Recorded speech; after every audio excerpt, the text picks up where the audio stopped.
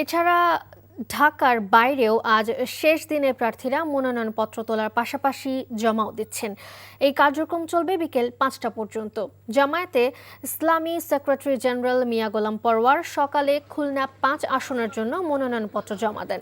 জেলা প্রশাসক ও রিটার্নিং কর্মকর্তা আসম জামশেদ খন্দকার এই মনোনয়নপত্র গ্রহণ করেন। একই সময় খুলনা 1 আসনে কৃষ্ণ নন্দী, খুলনা 2 আসনে অ্যাডভোকেট হেলাল হোসেন, খুলনা 6 আসনের মৌলানা আবুল কালাম আজাদ সহ মোট 4টি আসনের মনোনয়নপত্র জমা দেন। নেত্রকোনা 1 আসনে কেন্দ্রীয় বিএনপির আইন বিষয়ক সম্পাদক ব্যারিস্টার কায়সার কামাল রোববার দুপুরে বিএনপির প্রার্থী হিসেবে মনোনয়নপত্র দাখিল করেন। এছাড়া সারা দেশেই মনোনয়নপত্র জমা দিচ্ছেন প্রার্থীরা।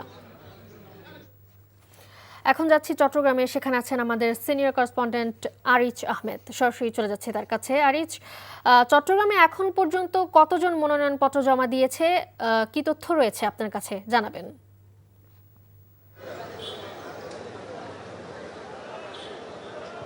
হ্যাঁ, মালিহা, চট্টগ্রামে সকাল থেকে উৎসবমুখর পরিবেশে এখানে মনোনয়নপত্র জমা দেওয়া হচ্ছে। চট্টগ্রামের যে 16টি সংসদীয় আসন আছে এবং সেখানে 10টি আসনের প্রার্থীরা চট্টগ্রামের জেলা প্রশাসকের কার্যালয়ে তাদের মনোনয়নপত্র জমা দিচ্ছেন এবং 5টি আসনের প্রার্থীরা বিভাগীয় কমিশনার কার্যালয়ে তাদের মনোনয়নপত্র জমা দিচ্ছেন। এবং চট্টগ্রাম 11 বন্দর এবং পতেঙ্গা আসনের একটি মাত্র আসন, সেখানকার প্রার্থীরা মনোনয়নপত্র জমা দিচ্ছেন চট্টগ্রামের আঞ্চলিক নির্বাচন কর্মকর্তার কার্যালয়ে। আমরা সকাল থেকে যেটা দেখেছি, এখনো পর্যন্ত জেলা এবং বিভাগের যে 16টি আসন, এর মধ্যে 8 জন প্রার্থী তাদের মনোনয়নপত্র জমা দিয়েছেন।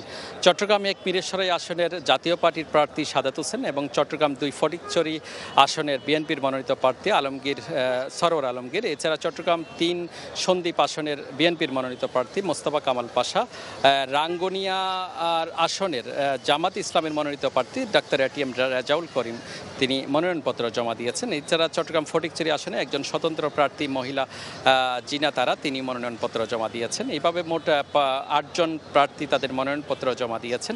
এছাড়া বিএনপির স্থায়ী কমিটির সদস্য আমির খসরু মাহমুদ চৌধুরী এখন থেকে কিছুক্ষণ পরে চট্টগ্রাম আঞ্চলিক নির্বাচন কর্মকর্তার কার্যালয়ে মনোনয়নপত্র জমা দিবেন। এছাড়া চট্টগ্রাম 10 আসনে সাইদ আল নোমান এখন থেকে কিছুক্ষণের মধ্যেই চট্টগ্রাম বিভাগীয় আসনে মনোনয়নপত্র জমা দিবেন। এ পর্যন্ত যে চট্টগ্রাম 16টি আসনের মধ্যে আসনের প্রায় 226 জন প্রার্থী মনোনয়নপত্র সংগ্রহ করেছেন।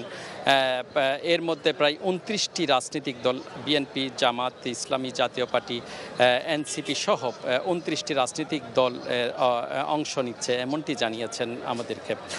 তো মালিহা, এছাড়া চট্টগ্রাম জেলা প্রশাসকের কার্যালয়ের দিনে বিভিন্ন উপজেলা নির্বাহী কর্মকর্তার কার্যালয়ে মনোনয়নপত্র জমা দেওয়া হচ্ছে। মালিহা, এই ছিল এখানকার সর্বশেষ। এতক্ষণ জানছিলাম চট্টগ্রাম থেকে, এবার চলে যাব বগুড়ায়, সেখানে আছেন আমাদের সহকর্মী আতিকুর রহমান সোহাগ।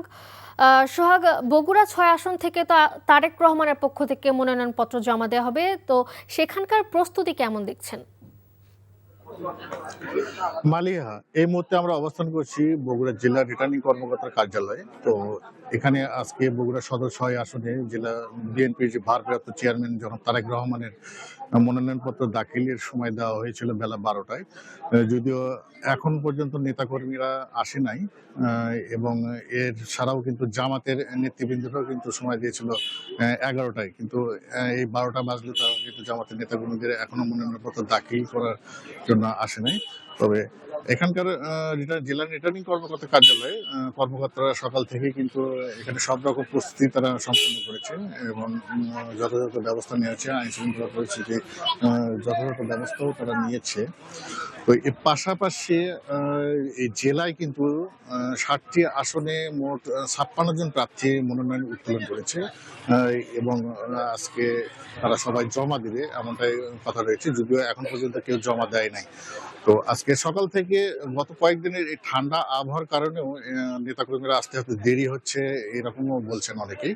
তো আমরা একটু আগেও দেখলাম যে জেলা বিএনপির কিছু নেতৃবৃন্দ এসেছে এবং তারা জানিয়েছে যে আসলে সিনিয়র নেতৃবৃন্দদের সঙ্গে নিয়েই তারা এই মনোনয়নপত্র জমা দেবে।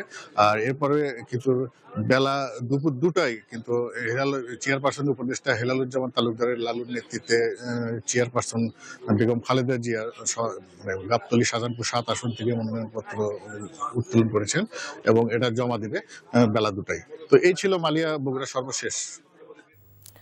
এতক্ষণ বগুড়া থেকে জানছিলাম মনোনয়নপত্র জমার খবর।